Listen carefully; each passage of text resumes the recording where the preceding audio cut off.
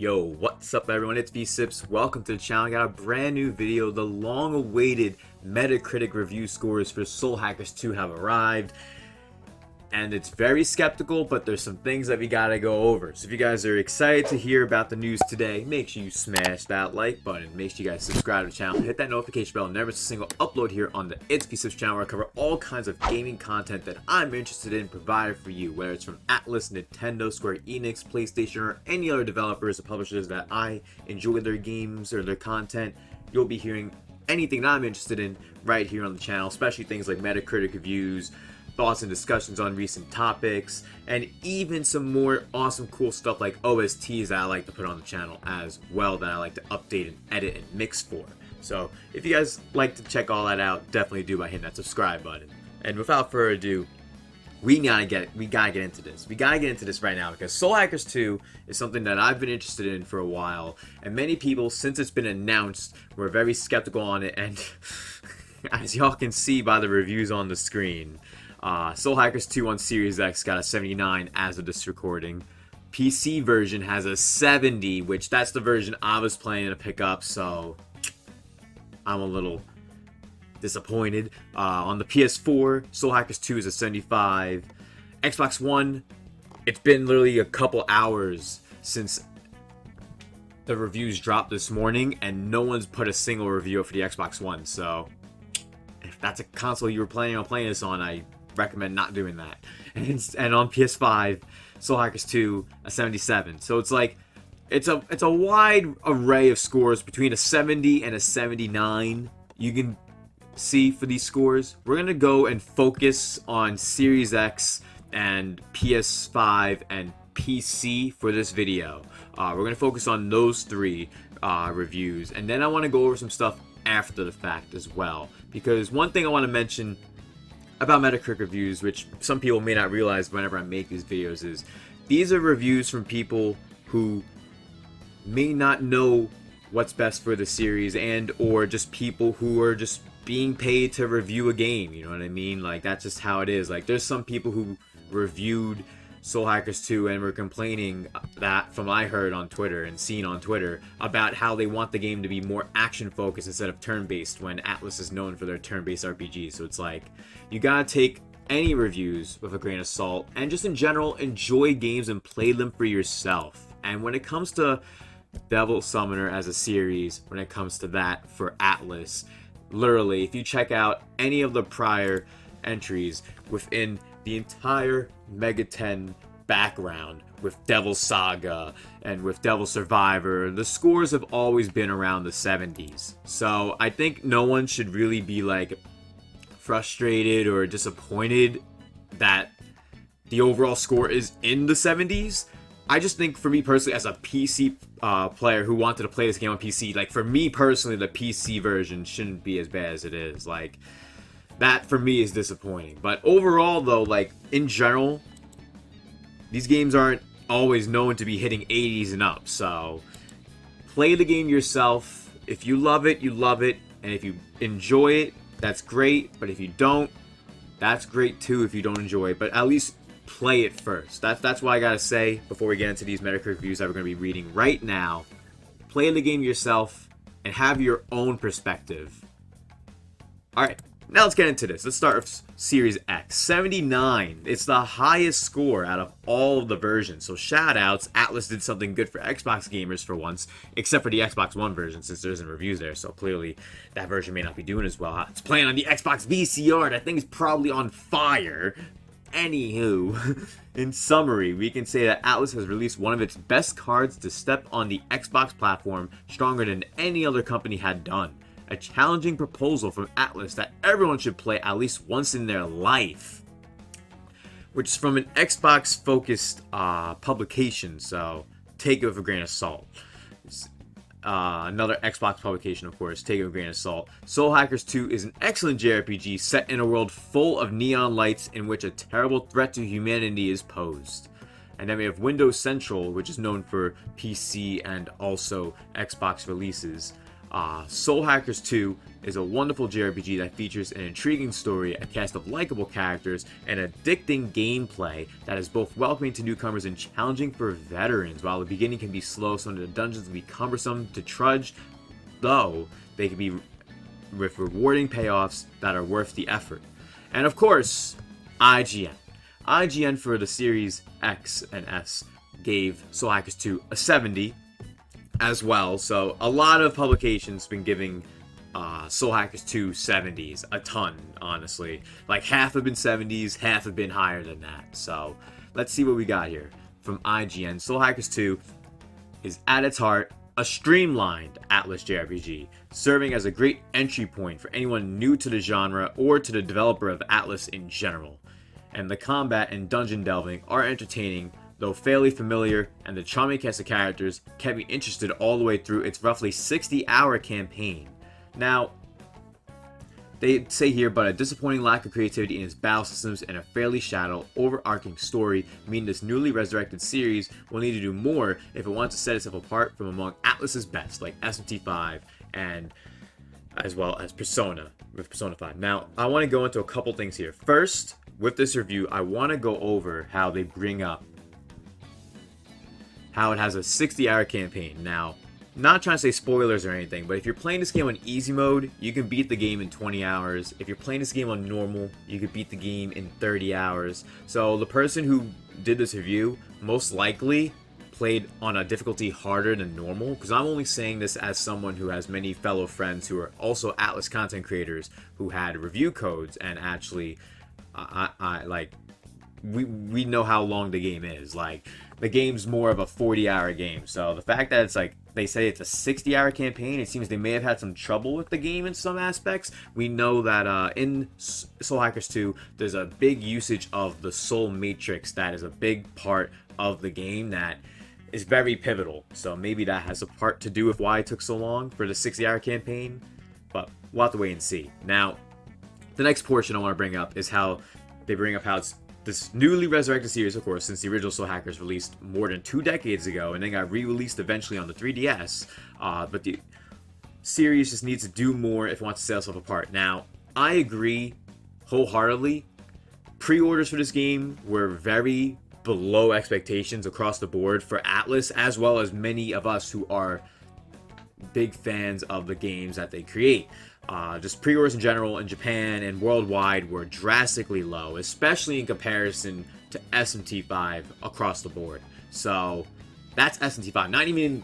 Not even talk about Persona 5 from pre-orders back in the day. Just comparing it to SMT5, it just couldn't compete.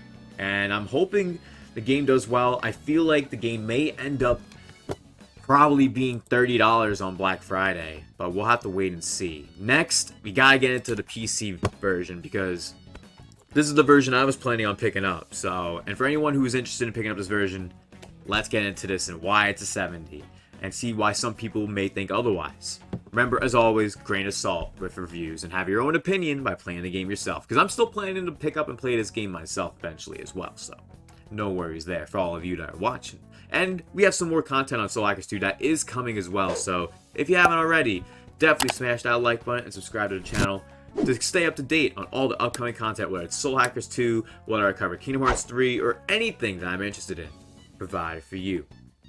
So Soul Hackers 2 feels like a culmination of everything Atlus learned from previous iterations of its games, and it's beginner-friendly enough for the newcomers to join, but also brings just enough challenge to entice veterans of the series.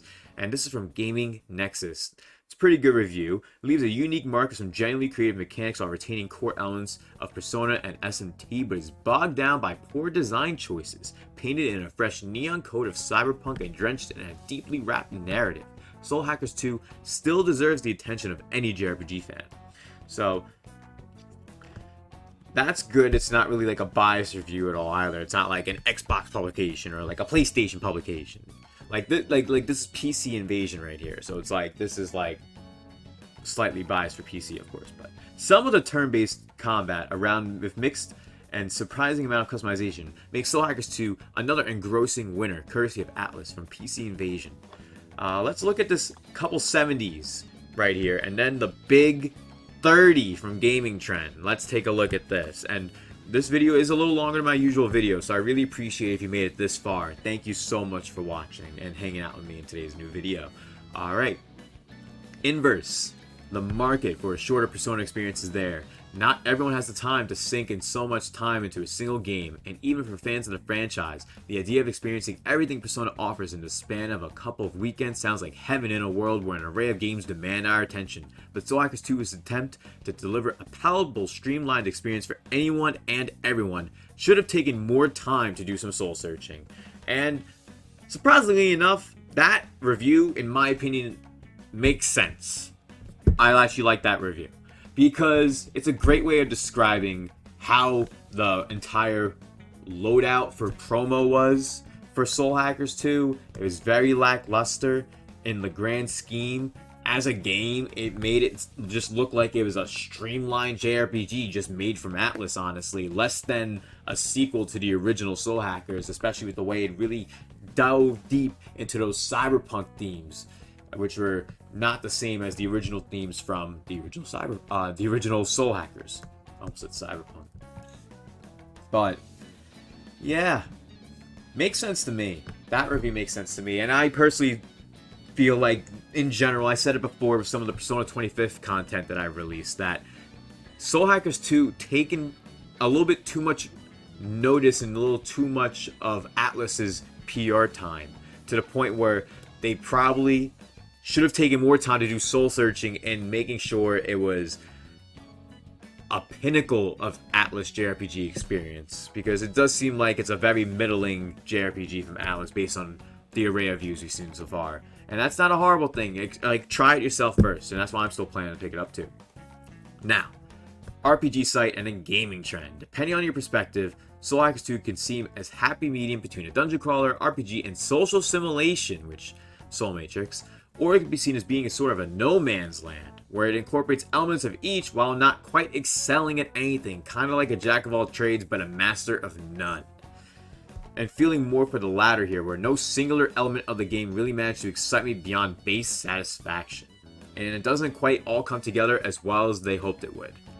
An RPG site usually does a good job, and they cover RPGs all the time, so that's a review you could trust with like a whole salt bottle, maybe, instead of just agreeing.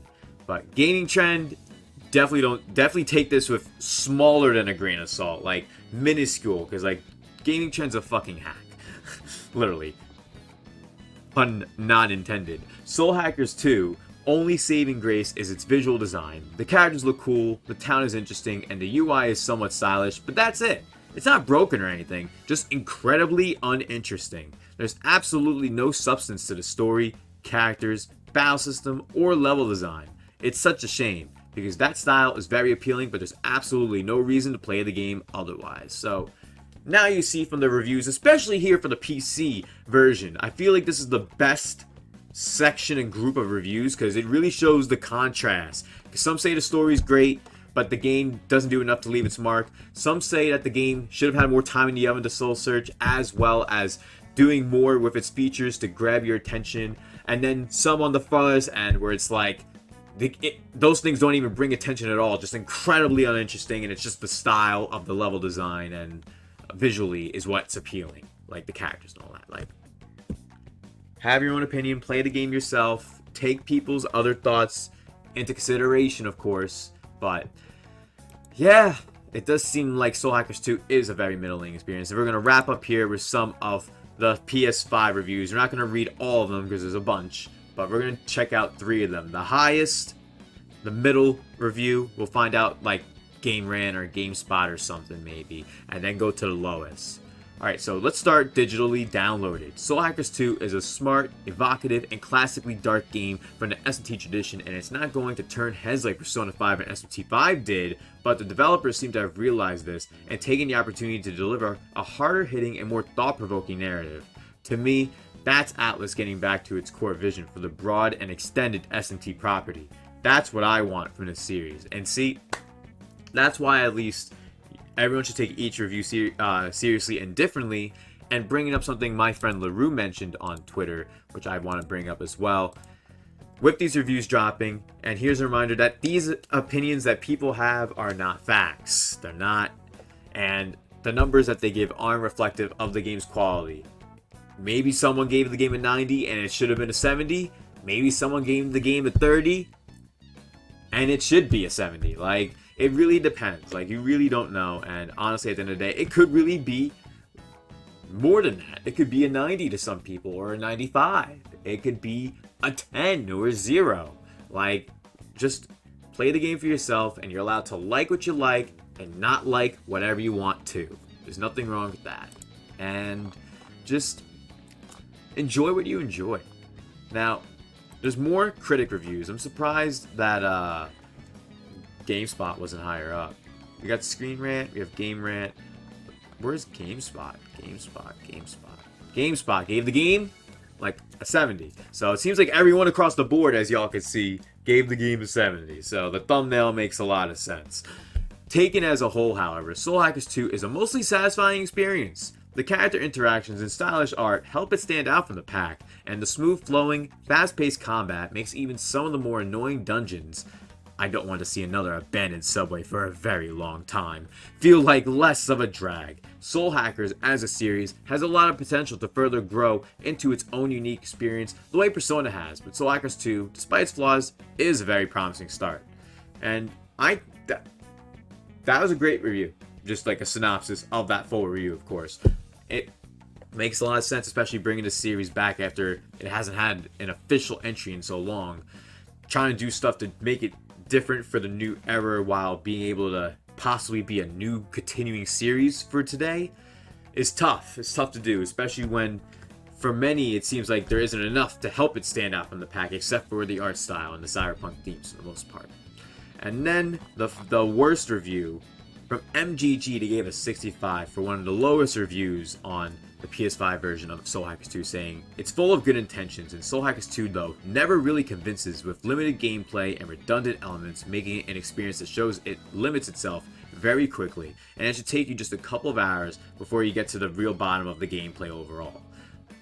And yeah, they say it doesn't offer enough substantial to quench the Megaten thirst, but we'll have to wait and see. I know some people who I know say that after they reviewed it, and some who I know personally who played it and are reviewing it that feel the game's really good. Buy the game, play it yourself, have your own perspective, but overall, there is a lot of yellow, a lot of 70s, so take everything with a grain of salt, but play the game yourself, and hopefully you enjoy Soul Hackers 2, and I hope I do when I get a chance to play it myself. Thank you all so much for watching today's new video. It was a much longer Metacritic review, but I really wanted to dive deep into all of this, let you guys know how in the past with other kinds of games from Atlus, whether it's their more niche RPGs like Devil Survivor, Summoner, whichever ones you want to go back on, Digital Devil Saga, they always had scores like a 77, like in the mid 70s. And 70, yeah, a regular 70 is much lower than normal for their other RPGs outside of the mainline Persona and mainline SMT, but that's just because Atlus in general is still getting into PC releases. They need to get better at it, especially since that's the version I really want to play. I don't want to play on my PS4. I do not. So we'll have to wait and see on that. And I'm hoping to see some more objective scores, maybe some objective reviews from some of the homies in the community with their video reviews, which I can't wait for. Now, thank you all so much for watching. If you guys enjoyed, smash that like button, subscribe to the channel, hit that notification bell. Never miss a single upload here on the It's Sips channel, covering all kinds of gaming content that I'm interested in from Atlus, Square Enix, Nintendo, and many more provided for you. And don't forget, we have all kinds of content on the main channel too, with live streams, hot takes videos, all in the links in the description, as well as some links like Streamlabs and the Click Shop to get awesome apparel, and also to help support the channel any way y'all can is much appreciated, along with the Patreon too. Thank you so much for watching. Hope to see you all next time. Peace.